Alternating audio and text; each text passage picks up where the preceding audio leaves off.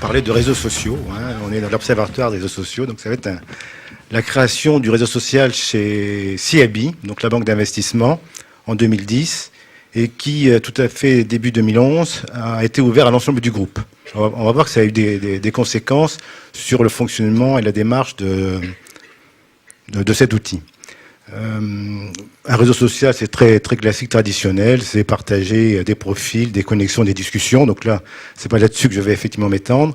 C'est sur la démarche qui, lancée chez CIB, effectivement, a été plutôt structurée, en essayant de former des community managers, des administrateurs de communautés, etc.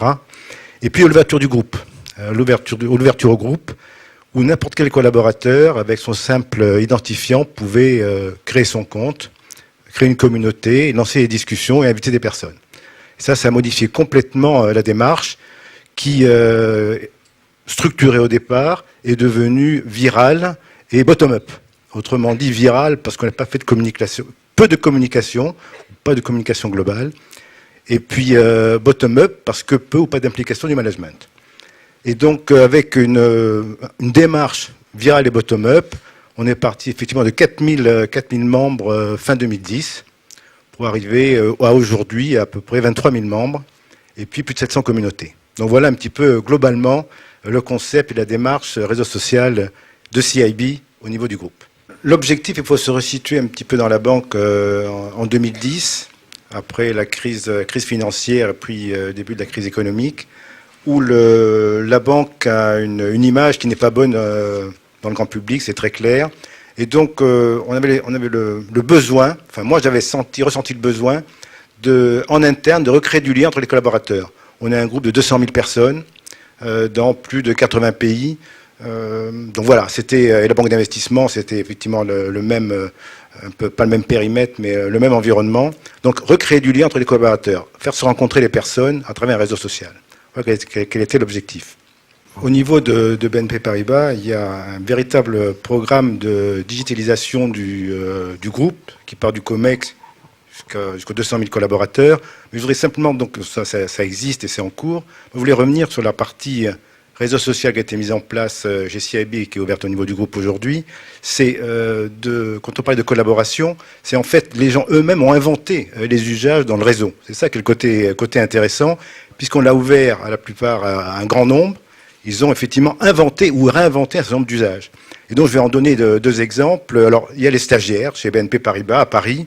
Ils ont créé leur propre communauté et en fait le nouvel entrant, il est introduit dans la communauté et voilà, il sait tout ce qu'il doit faire, ou déposer son CV, ou manger, ou voilà.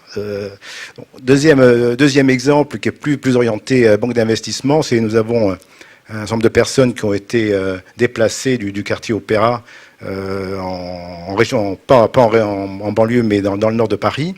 Donc c'est plus de 2000 personnes. Et là, il y avait un certain nombre de sujets, le tableau électronique, comment ça fonctionne, les réunions. Et ben ils ont créé eux-mêmes une communauté, et puis ils ont mis en place un système pour dire voilà comment on utilise les tableaux, voilà comment, voilà des exemples qui font que les gens s'approprient les usages et redéfinissent un nouveau mode de collaboration et de fonctionnement.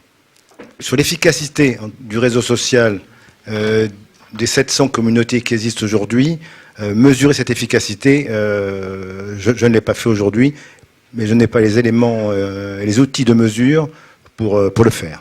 Je ne suis pas en charge effectivement d'animer l'ensemble de ce réseau social. C'est une initiative CIB ouverte au niveau du groupe.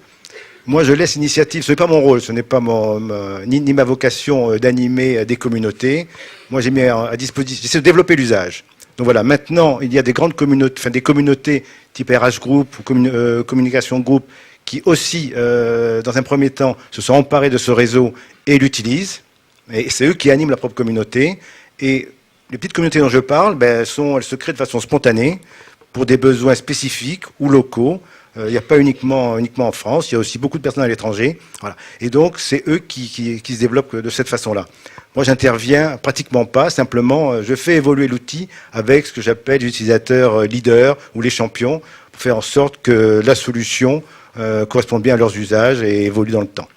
Ce que je peux constater, en ce qui concerne notre réseau social chez BNP Paribas, c'est qu'il n'y a eu ce n'est que viral, aucun input de management, pas de communication, et c'est donc 23 000 membres aujourd'hui, pratiquement, qui sont venus volontairement créer des communautés pour des raisons d'efficacité, de partage, de collaboration. Donc, on peut le mesurer de cette façon-là, mais ce ne sont pas des indicateurs que l'on peut suivre régulièrement.